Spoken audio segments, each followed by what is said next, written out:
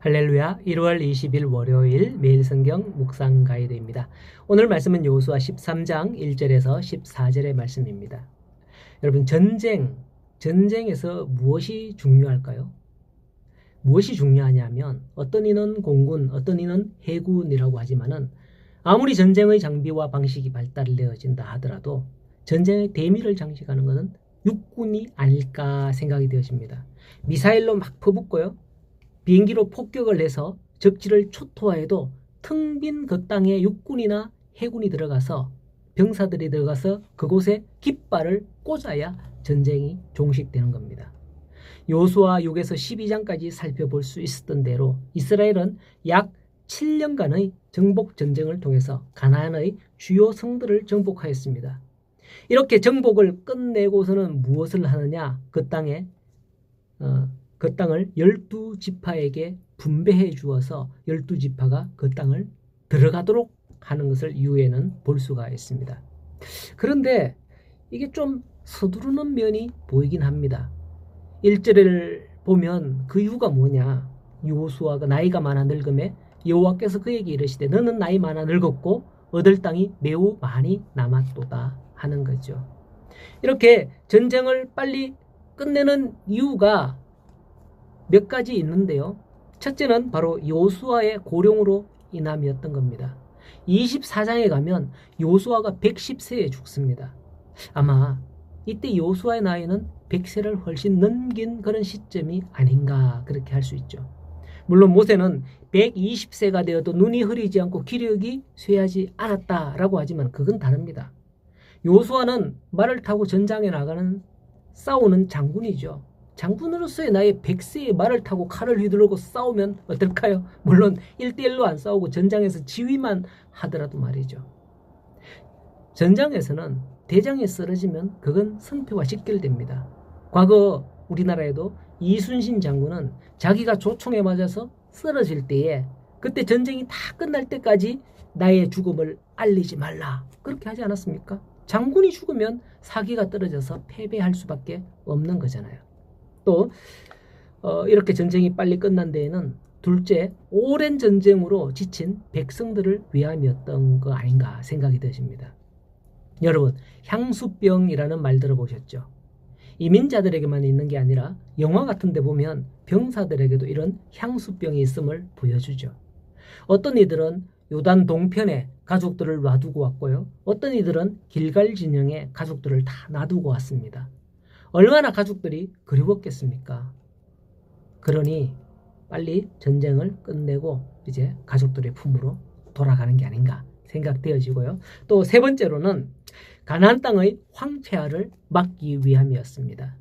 전쟁이 계속되다 보면 땅은 자연히 황폐될 수밖에 없고요. 그것은 그곳에 정착해야 될 이스라엘에게 피해가 돌아가는 그런 일이었습니다. 저도 어릴 때 농촌에서 자라서 잘 아는데요. 밭에 잡초 제거를 많이 해봤습니다. 조금만 놔두면 잡초가 무성하게 되는 게 농지이거든요. 땅을 분배받았는데 잡초와 들짐승이 거주하는 땅이 되어버렸다면 얼마나 큰 피해가 되냐 이 말이죠. 그리고 마지막 네 번째로는 이런 이유도 있습니다. 미정복지를 남겨두어서 백성들로 하여금 항상 영적으로 각성하고 온전히 어려움이 닥칠 때 하나님만을 의지하도록 한다라는 것일 수도 있습니다.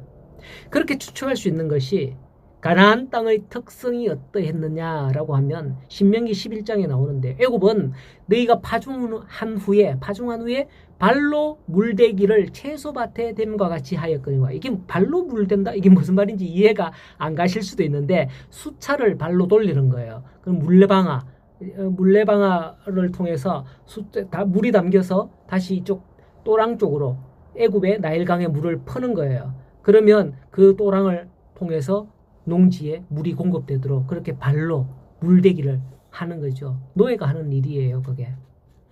그렇지만 너희가 건너가서 얻을 땅은 산과 골짜기가 있어서 하늘에서 내리는 비를 흡수하는 땅이라고 했습니다. 단순히 이 말은 그 땅은 배수도 잘 되는 좋은 땅이라고 여길 수도 있겠지만은 하나님께서 비를 내려주시지 않으면 안 된다라는 것이죠. 그래서 동일한 신명기 11장에서 보면 하나님께서 그 땅에 이른 비와 늦은 비를 적당하게 내려주실 것이다 라고 하는 거죠. 즉 하나님만 바라보고 의지하라는 거예요. 가나안 땅이 그런 땅이에요. 그런데 나중에 보면 엘리야 시대 때에 아합 왕이 우상을 섬기고 이렇게 하니까 어떻게 했습니까? 하나님께서 3년 6개월 동안 비를 내려주시지 않았잖아요. 하나님께서 비를 내려주셔야 되는 그런 땅이 바로 가나안 땅인 것이요. 이러한 땅을 이스라엘 각 지파 족속들은 분배를 받을 것이고 가나안 정복 전쟁은 이겼지만 그 땅에 들어가면 아마도 아직 산지와 들판에 거주하는 이들과 싸워야 할 수 있습니다.